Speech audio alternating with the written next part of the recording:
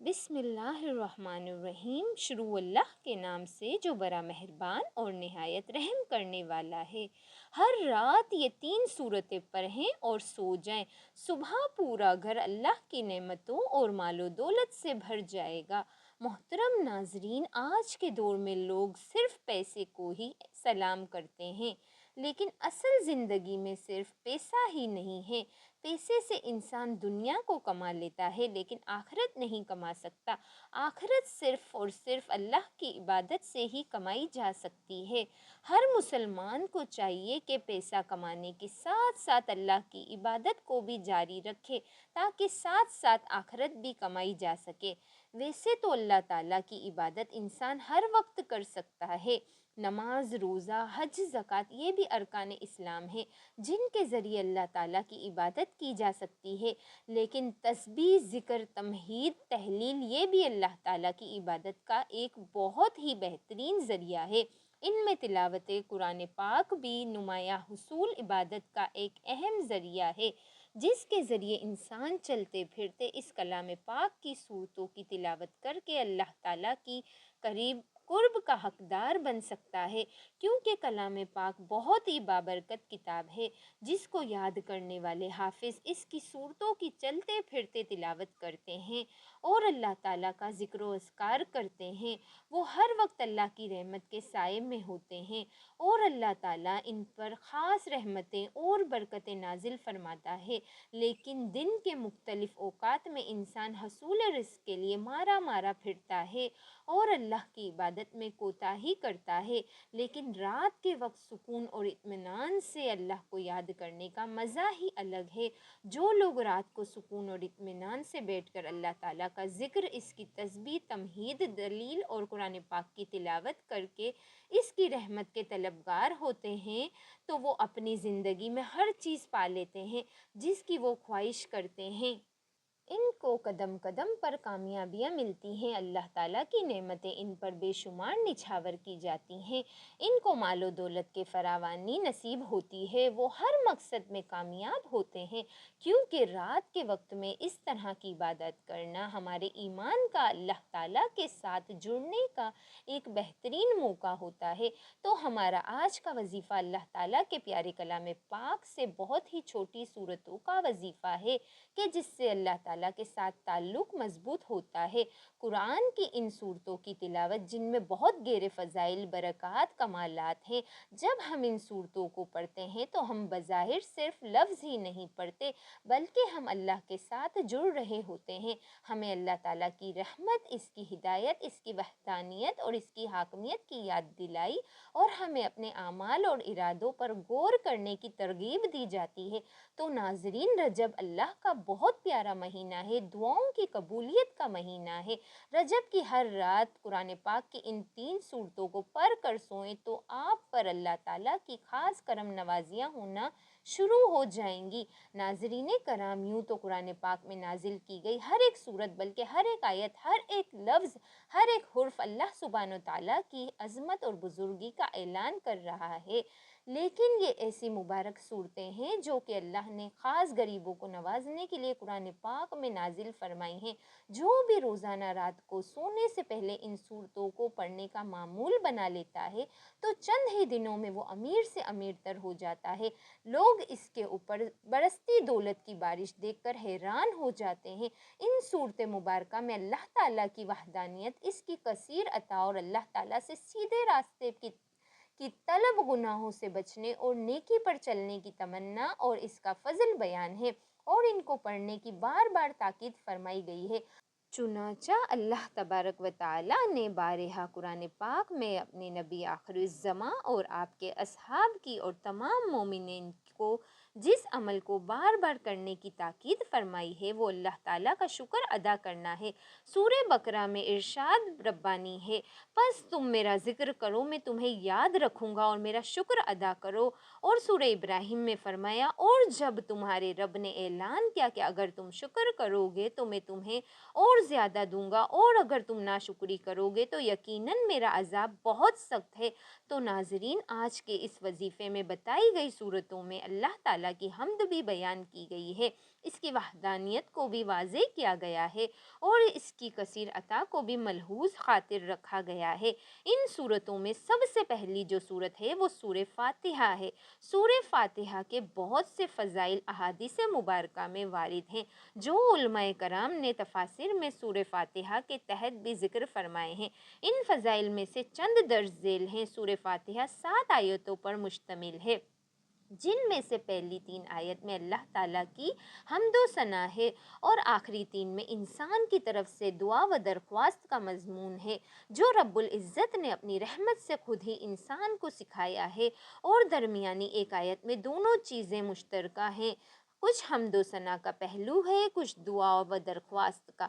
صحیح مسلم میں بروایت حضرت ابو ہریرہ رضی اللہ تعالیٰ عنہ منقول ہے کہ رسول اکرم صلی اللہ علیہ وآلہ وسلم نے فرمایا کہ حق تعالیٰ نے فرمایا ہے کہ نماز یعنی سورہ فاتحہ میرے اور بندے کے درمیان 2 حصوں میں تقسیم کی گئی ہے، نصف میرے لیے ہے اور نصف میرے بندے کے لیے، اور جو کچھ میرا بندہ مانگتا ہے وہ اس کو دیا جائے گا۔